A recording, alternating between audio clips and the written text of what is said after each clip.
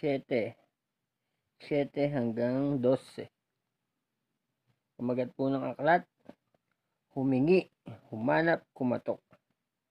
Humingi kayo at kayo'y bibigyan. Humanap kayo at kayo'y makakatagpo.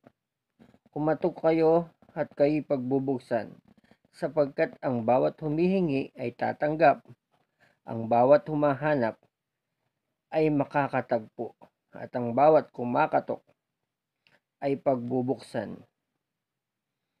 Bibigyan ba ninyo ng bato ang inyong anak kapag siya'y humingi ng tinapay? Bibigyan ba ninyo siya ng ahas kapag siya'y humingi ng isda? Kung kayong masasama ay marunong magbigay ng mabubuting bagay sa inyong mga anak, gaano pa kaya ang inyong amang nasa langit bibigyan niya ng mabubuting bagay ang sinumang humihingi sa kanya. Gawin ninyo sa inyong kapwa ang nais ninyong gawin nila sa inyo. Ito ang buod ng kautusan at ng isinulat ng mga propeta. So magandang gabi po sa ating lahat, no?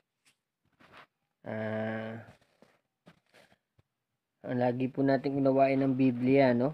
Para sa ating pangsariling espiritual.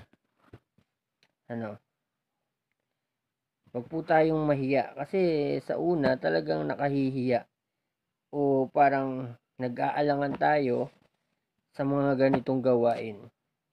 Pero wag po kayong matakot o manghinayang kasi pagka yung ganito yung ginagawa nyo ay walang talo. Baga, hindi kayo lugi pag nauunawaan nyo lalo ang mga salita ng Diyos ayon sa Espiritu Santo.